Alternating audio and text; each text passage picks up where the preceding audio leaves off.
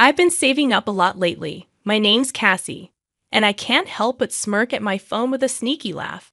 I'm 29 now, married for 2 years, and working hard as a housewife. Some of my coworkers think my smirk is weird, but I can't stop because I'm so close to saving enough money to build my dream home. The balance in my bank account is almost there. My husband Max and I don't have kids yet, but we've always planned to have some once we have our own home. I wanted to stay single a bit longer, but at 27, I fell in love with Max, who's a bit older than me. We work at the same company but in different departments, which can be awkward, but I've stuck with it because finding a new job would mean less money. Now, after a lot of hard work, I'm almost ready to buy our dream home. It's been quite a journey. Life with my husband is smooth sailing, and our savings are growing steadily. We're content with our ordinary jobs and our plan to buy a simple home. Finding joy in this regular life is what makes me happiest. But there's one big hiccup: my relationship with my in-laws. It's the toughest part of being married.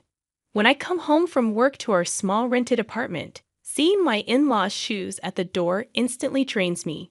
They seem to be here again today. I let out a heavy sigh. I'm home. Oh, you're back. The one who responds isn't my husband Max, but my mother-in-law, comfortably seated on our cramped sofa. Good evening. Do you always come home this late? Our in-laws live just 3 train stops away, which is too close for comfort. That's why my mother-in-law often drops by without considering the inconvenience. You're home late again. What about Max's dinner? This happens too often. No sympathy for my long work hours, just complaints from my mother-in-law. I'm sorry, work was hectic. I'll cook something now. Max has been home for a while. Cassie, aren't you a bit inefficient? Even though Max and I work at the same company, our jobs are very different. Max rarely has overtime in his department, but he earns less. My department, however, is crucial to the company, often requiring me to work late. That's why I earn the highest salary in the company. I never bring this up myself, and I wish Max would, but maybe his pride gets in the way. He never speaks up. Right now, he's just quietly drinking his tea. Even though we both work, I feel like Max could pitch in a bit with the housework, but he steadfastly avoids it. Whether it's shopping, laundry, cleaning, preparing the bath, or cooking, when he gets home from work, he's either glued to the TV or absorbed in his phone. Oblivious to all this, my mother-in-law, as usual, came over to criticize me today. It's okay. I already had dinner with Max. Oh, you've eaten? We had some amazing sushi. I decided to treat Max to something nice for a change. I see. I was taken aback when I heard the name of the sushi restaurant. Isn't that an upscale place? Though surprised, since my mother-in-law footed the bill, I decided to let it slide and started heading to the kitchen to make my own dinner. But my mother-in-law stopped me. Cassie, I hate to ask, but could you do me a favor? I'm a bit short on cash this month. Could you lend me some? Just as I suspected, my mother-in-law often asks for money like this. I wanted to say, hold on a second. That doesn't seem right. You went to a fancy sushi restaurant, didn't you? And last month, you said you were struggling and begged for money. I reluctantly gave you $300, even though we're also tight on cash. And the month before that, and the one before that. Aren't you being a bit careless? But I held back and managed a strained smile. I'm sorry, we're all having a tough time this month. Can't you do anything for your struggling parents? You're the cold one, not me. Who's really cold here? Your son, who neglects his duties at home, leaves his wife alone, and goes out to eat sushi. Seems pretty cold to me. Finally, my husband Max chimed in. Cassie's mom is in a tough spot. Can't you lend her a hand? Oh, so we're really struggling this month, huh? Well, Mom, I'll help you out. Max sighed and pulled $500 from his wallet, handing it to his mother. Max is such a kind and wonderful son, unlike Cassie. I was stunned as my mother-in-law shot me a glare and headed for the door. I thought she was leaving, but then she turned back and glared at me again. Max, if you ever want to divorce your money-hungry wife, You're always welcome to come back home. I'll keep that in mind." With a slam, my mother-in-law left. What was that all about? I turned to Max, who was already lounging on the sofa with his phone. I confronted him. "Why did you give her $500? If we have that much extra cash, why not put it towards our household expenses?" I had my reasons for asking. While Max pays the rent for this apartment, that's the extent of his contributions. I cover all the bills like utilities, phone, groceries, and other expenses because Max refuses to chip in. "What do you mean? I pay the rent, don't I?" "You expect more than just that. You're so greedy." That's Max's usual way of avoiding financial responsibility. "I'm taking care of everything else, including the phone bill you're holding. It's understandable you earn more, but I only make a bit more than your salary. We're barely making ends meet with our expenses and savings." "Oh, you have enough to save? Then you should be fine." Suddenly, he reached out his hand when I mentioned savings. "What's this for?" "I gave my mom $500, and now I'm broke. Can you lend me some cash?" "What? Seriously? This is unbelievable." Despite keeping almost all of his salary except for rent, Max always claims he's short on money every month. He used to justify it by saying, "A man needs to socialize and entertain," and I reluctantly went along. But not today. Why should I foot the bill for you and your mom's sushi? Why am I responsible for that? It's a way to honor parents. What about me? Neither Max nor my mother-in-law ever show appreciation. It feels like I'm just a paycheck to them. And what was that about considering divorce? Exactly what it sounds like. If you keep being so tight-fisted, I might have to consider it. With that, Max locked himself in the bedroom. He even went as far as locking the bedroom door. In our tiny apartment, there aren't many places to go. With the bedroom inaccessible, my only option was to sleep on the sofa. These days, amid all the stress, the only solace I find is in checking my bank account balance. After enduring yet another round of sarcasm and financial demands from my mother-in-law, I opened my phone before starting my overtime shift at work. Logging into my savings account, which I've had since I was single, I thought everything was on track for our dream home. That is, until I saw something that made me freeze. "What's going on?" I exclaimed, abruptly apologizing to my boss before rushing home. "Max, are you here?" "Oh, what's going on? You're home early today." Max looked surprised. Before him lay an assortment of what looked like expensive sushi, and he wasn't alone. "Welcome home, Cassie. We're just visiting." Both in-laws were present, not just my mother-in-law, but my father-in-law too. I couldn't help but wonder why they were here. "What's happening?" "We're having sushi." "Want some, Cassie?" "Sushi? Where did this come from?" "Oh, we had some extra cash," they replied. Pressing for more details, both Max and my in-laws seemed taken aback. I grabbed Max's collar, as if to keep him from escaping, and he reluctantly handed me something. It was the bank book for the account I had just checked online. Flipping it open, I was left speechless when I saw the transaction history. "What's going on? How did you withdraw this?" I demanded, my anger rising. "Well, I just guessed the PIN, and it worked. Lucky me, right?" Max replied casually, showing no remorse for taking out a large sum of money without my consent. I was furious and on the verge of exploding at Max for his nonchalant attitude. How dare you take my money without asking? The funds I had diligently saved since my single days had been withdrawn without my knowledge. "Come on, we're married, aren't we? What's mine is yours. Don't be so uptight. This is the savings I've worked hard for since before we got married. Give it back. Relax, Cassie. What's yours is mine, naturally," Max said dismissively.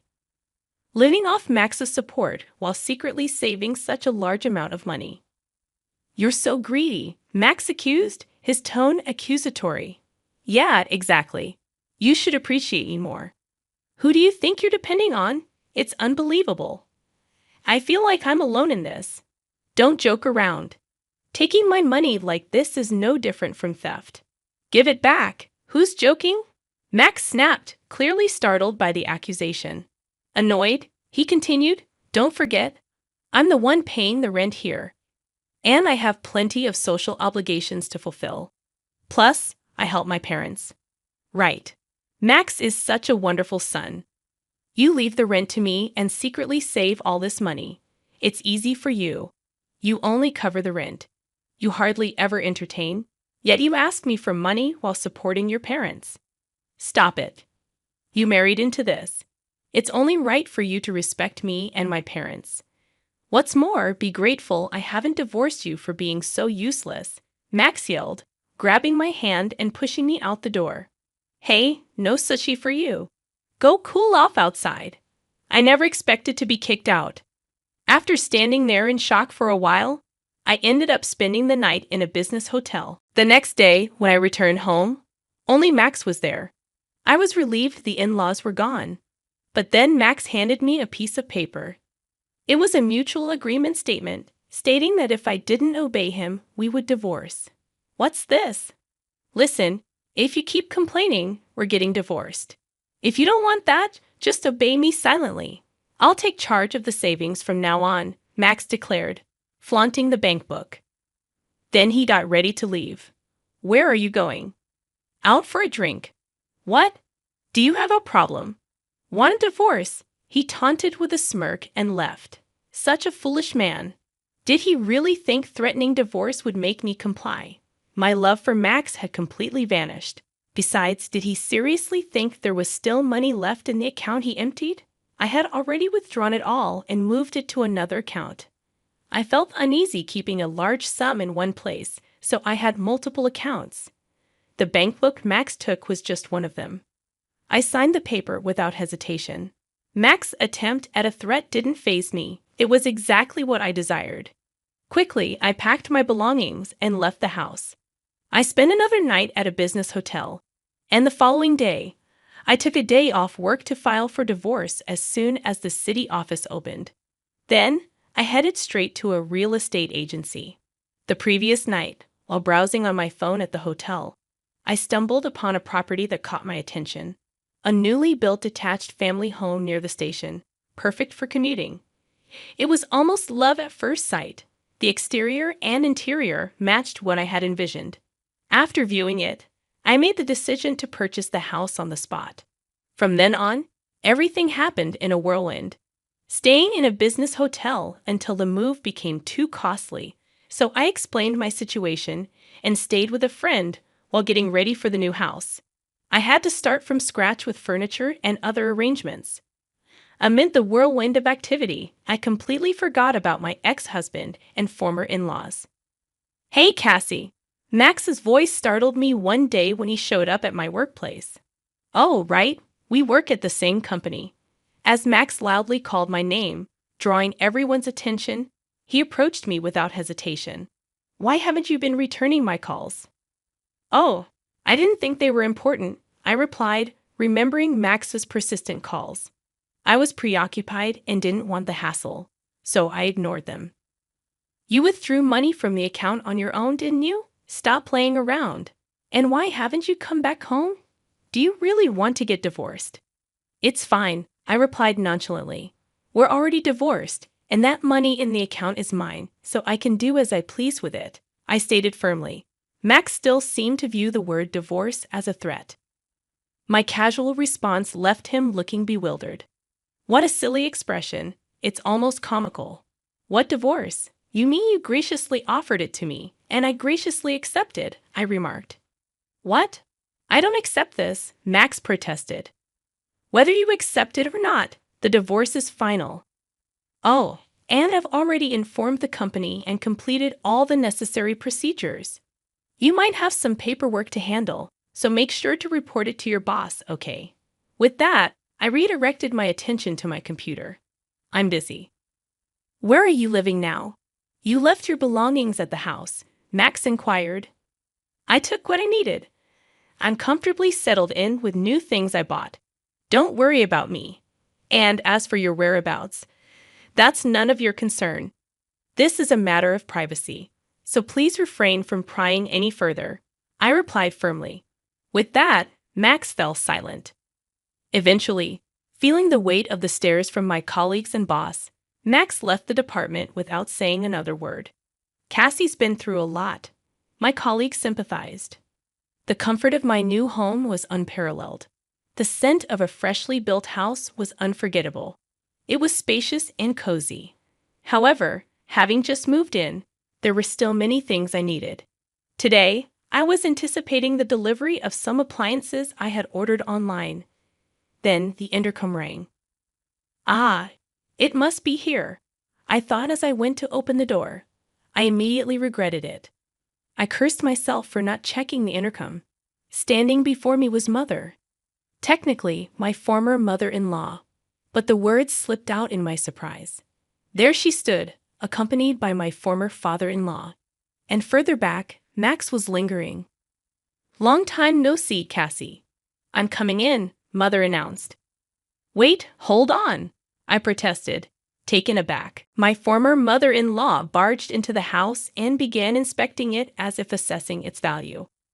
"Oh, this property is quite nice. And this furniture is lovely. Move it to my room, will you? Oh, there's a basement too." "Excellent. Then this will be our room," she declared.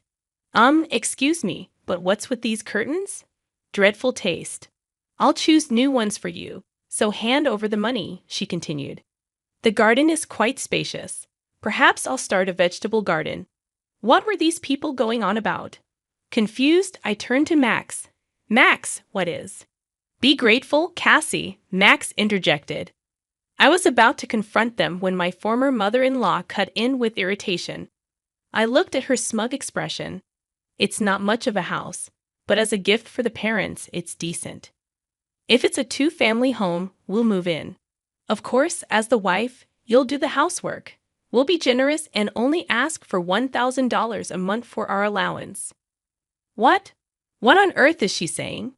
Are they from another planet? I couldn't comprehend and just tilted my head. "As the wife, I'm single now, you know," I added, surprising both my former mother-in-law and myself. "Max, you didn't tell them?" I questioned. "I don't accept it," Max shouted. But it didn't matter whether he accepted it or not. The divorce was final. We were complete strangers now. Upon hearing my declaration, my former mother-in-law's face paled. "What do you mean you're abandoning us?" "Your parents." "My parents live in the countryside. I was planning to invite them over soon," she protested. "Don't joke around. This house is ours," she insisted. "No, it's mine," I retorted. What was she thinking? This house was purchased with my savings in my name. "Then where are we supposed to live?" she demanded. "I don't know. That's not my problem," I replied, feeling the weight of their expectations. Apparently, they had already sold their house, and the contract was finalized. They planned to live a comfortable life in this house with the money from the sale and whatever they could extort from me. It was a frightening plan. "I don't accept this," my former mother-in-law continued to protest. "But it doesn't matter. We're strangers now, and this house is mine. I won't accept it, absolutely not," I asserted firmly. In her anger, my former mother-in-law ripped the curtains. "Hey, what are you doing? These things I don't need. Such bad taste. This is my house. I'll dim as I please," I snapped back. "That's right. What's yours is mine. Everything you own is mine," she insisted. "Listen, I don't accept this divorce, and both my parents and I are going to live here," Max shouted out. "Oh no, this is getting out of hand," I thought, just as I heard sirens. I had secretly called the police when Max and my former mother-in-law barged into the house. Finally, the police arrived. "What are you doing?" "We haven't done anything wrong," they protested. "That's right. If anyone should be taken, it's this woman," my former mother-in-law added. After a scene, they weren't arrested but were escorted away by the police. It had been a tumultuous day. After being released, Max continued to come by, insisting on reconciliation and getting picked up by the police each time. He even followed me to work. So after consulting with my boss, George, he received the stern warning. Misusing his wife's savings and assaulting her new home became the talk of the office, leading to an uncomfortable working environment for Max. His resignation seemed to affect him mentally, and he struggled to find new employment. My former in-laws, having sold their house, moved into the cheap apartment where Max and I had lived. It was an old, poorly maintained place, so it wouldn't have fetched much money. With the money from the sale, it seems like the three of them will be able to live modestly. Finally, free from all the drama, I'm relishing the comfort of my own home. Although I offered to have my parents from the countryside move in with me, they're not quite ready to make the move yet. So, for the time being, I'm enjoying the solitude of living alone. Perhaps I'll consider remarrying if the right person comes along. But for now, I'm content. One of the first things on my agenda is to get a dog, something I couldn't do while living in the apartment. I also have plans to try my hand at gardening and to host home parties with friends. As I gaze out the window at the blue sky, I think about all the things I couldn't do before and how I want to embrace and enjoy life from now on.